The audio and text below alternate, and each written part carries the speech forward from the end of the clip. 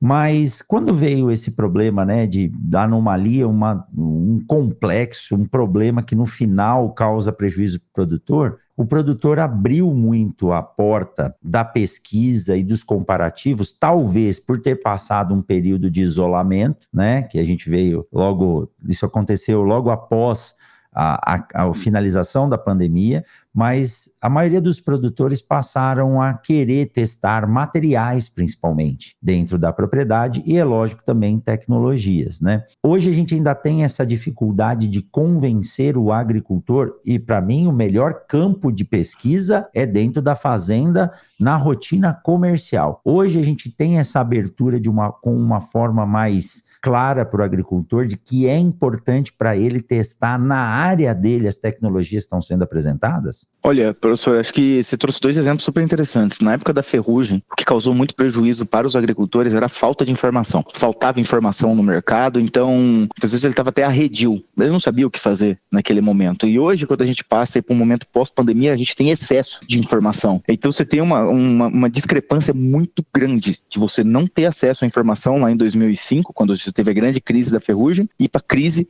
da anomalia, que foi outra doença em outro contexto. Os dois são negativos, os dois são muito ruins. Então, passou a ter uma necessidade nesse momento que a gente vive, numa era de excesso de informação, de excesso de resultado, excesso de gente falando sobre a mesma coisa, de você ter um crivo melhor sobre aquilo que você está vivendo.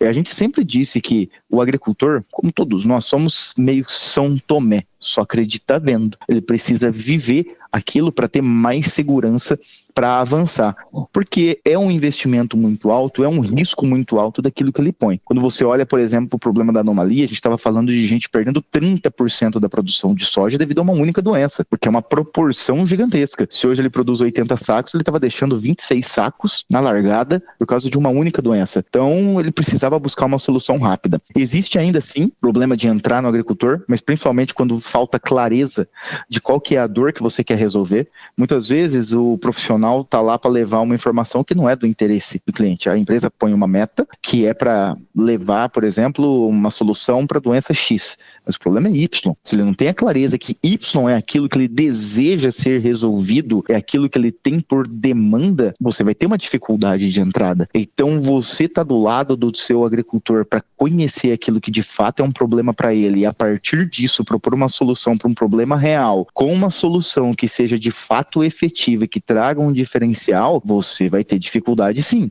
Agora, se você faz esse casamento de que eu tenho uma dor, eu tenho uma solução que tenha capacidade de resolver essa dor com base numa autoridade construída preliminarmente através de estudos feitos por universidades, consultorias, a própria credibilidade construída pela empresa ao longo dos anos, somado a um processo de cocriação dentro da propriedade do agricultor, você sim vai conseguir levar isso para dentro, porque existe um interesse mútuo. Eu quero ter uma dor sanada, ao mesmo tempo que eu trago uma nova solução que vai estar sanando essa dor. Mas tem que se respeitar esse processo, entender esse processo ao longo da jornada do agricultor para que você tenha oportunidade de entrar.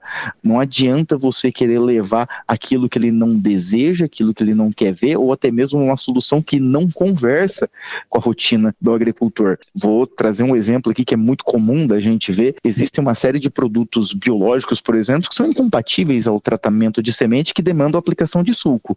Tem vários agricultores, hoje a gente fala 40% do mercado faz a adoção de sulco, super interessante. Agora e os outros 60% que tem uma restrição? Às vezes tem um preconceito, porque não teve oportunidade de conhecer, ou tem uma questão, cara, eu não vou colocar uma máquina nova na minha fazenda, criar uma complexidade operacional adicional à minha fazenda, simplesmente para encaixar a sua solução. Então a sua solução vai ter que se encaixar à minha realidade. Então tem que ter esse casamento, essa cocriação de essa solução tá adequada para ser usada dentro da propriedade e tá sanando a dor do agricultor. Tudo isso equilibrado e devidamente partindo da premissa que eu conheço o cliente que eu estou atendendo, é mais fácil de você implementar a solução e levar a área de lado a lado para dentro do agricultor e promover a jornada de geração de demanda dentro da propriedade dele.